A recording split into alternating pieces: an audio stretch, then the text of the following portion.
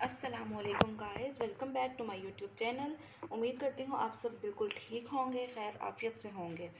तो हमारा जो प्रीवियस वीडियो थी उसमें हमने क्वेश्चन नंबर 6 का वन पार्ट सॉल्व किया था, सेम लाइक दिस कि हमारे पास क्वेश्चन नंबर 6 था, हमने ये वाला पार्ट को प्रूव किया था। तो बिल्कुल उसी मेथड से हम बी पार्ट सॉल्व करेंगे। उसमें कोई भी चेंजमेंट नहीं है। जैसे हमने ए मैट्रिक्स ली थी उसकी जगह हम बी मैट्रिक्स ले लेंगे। बस मैं आपको एक बार दोबारा बता रही हूँ कि हम जो है एग्जामिनर की तवज्जो लेने के लिए सबसे पहले अपने आप की राइटिंग बेस्ट करेंगे, ताकि हम एग्जामिनर को कोई मौका ना दें कि वो हमारी जो है मार्क्स को अपने पास डिडक्ट कर सके। तो दूसरी बात क्या है कि एक एक हम बेसिक स्टेप्स लिखेंगे ताकि हमें कोई मसला ना हो। तो अगर हमारे पास ये क्वेश्चन है, क्वेश्चन की स्टेटमेंट दी हुई है हमारे पास, यहाँ से for example answer sheet start हो रही है, तो हमने सबसे पहले यहाँ पे लिखना है हम क्वेश्चन नंबर 6 सॉल्व कर रहे हैं। ओके, ये हम कर रहे हैं सॉल्व क्वेश्चन नंबर 6, लेकिन हम क्वेश्चन नंबर 6 का बी पार्ट सॉल्व कर रहे हैं, तो हम ये लिखेंगे यहाँ पर बी। अब हम ये लिख देंगे बी पार्ट की स्टेटमेंट क्या है, बी का ट्रांसपोज होल ट्रांसपोज किस चीज़ के बराबर है, बी के बराबर है। ये बात हमने प्रूफ करनी है, ठीक है। अब ये बात प्रूफ करने के लिए हम लिखेंगे जनाब लेफ्ट हैंड साइड जो है हमारी किस चीज़ के बराबर है, बी का ट्रांसपोज होल ट्रांसपोज के बराबर है। हमने ये वाली इस चीज़ को हमने बेसिकली सॉल्व करना है। तो हमें पता है क्वेश्चन की स्टेटमेंट के मुताबिक बी जो है वो इसके बराबर है, B is equal to 1021। B किसके बराबर है, 1021 के बराबर है। तो अब हम यहाँ पर क्या करते हैं, टेकिंग ट्रांसपोज, हम ट्रांसपोज ले लेते हैं। जब हम यहाँ पर ट्रांसपोज लेंगे बी का ट्रांसपोज 1021, अभी हम बी मैट्रिक्स को ऐसे ही लिखेंगे, लेकिन हम यहाँ पर टी लिख देंगे ताकि हमें पता चल जाए हम यहाँ पर ट्रांसपोज ले रहे हैं।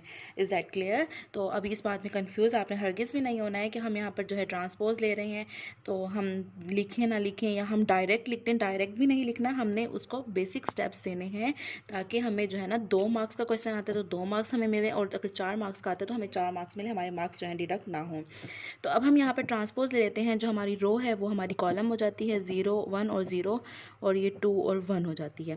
अब जब हम यहाँ पर ट्रांसपोज ले चुके हैं तो हमें यहाँ पर टी लिखने की ज़रूरत नहीं है, लेकिन हमारी क्वेश्चन की कंडीशन के मुताबिक हमने बी के ट्रांसपोज का ट्रांसपोज लेना है। तो हम यहाँ पर अगेन ट्रांसपोज ले लेते हैं, अगेन टेकिंग ट्रांसपोज। अब यहाँ पर हमने जो है बी के ट्रांसपोज का अगेन ट्रांसपोज लेना है, वो है 1201। तो इसका मतलब हमने इसका ट्रांसपोज लेना है। इज़ दैट क्लियर कि हमने इसका ट्रांसपोज लेना है। तो अभी हमने ट्रांसपोज लेना है, ट्रांसपोज अप्लाई नहीं किया है, इसलिए हमने यहाँ पर टी लगाया है। तो इसको हम एज इट इज़ यहाँ पे लिख देंगे, बी का transpose whole transpose is equal to, यहाँ पर हम ट्रांसपोज ले लेते हैं 1201। ठीक है। अब जब हम यहाँ पर जो है ट्रांसपोज ले चुके हैं तो हमें यहाँ पर टी लिखने की ज़रूरत। तो अगर हम अपने क्वेश्चन की स्टेटमेंट को देखें जो उन्होंने हमें गिवन कंडीशन बी की दी हुई थी, एज वी नो दैट हमें पता है कि जो बी है वो 1021 के बराबर है। और ये बात हमें कैसे पता है, ये बात हमें इसलिए पता है क्योंकि हमारे क्वेश्चन की स्टेटमेंट है। ठीक है, तो हम यहाँ पर जो है बी पुट कर सकते हैं 11002211। तो इसका मतलब क्या हुआ, बी का ट्रांसपोज जो है होल ट्रांसपोज किस चीज़ के बराबर है, बी के बराबर है, हैंस प्रूव्ड।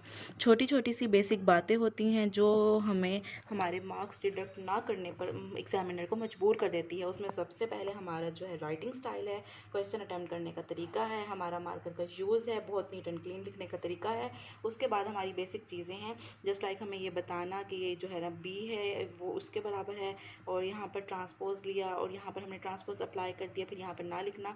यही बातें होती हैं जो हमें हमारे मार्क्स दिलवाने पर मजबूर कर देती हैं। अपना बहुत सारा ख्याल रखिएगा, मिलते हैं नेक्स्ट वीडियो में। अल्लाह हाफिज़।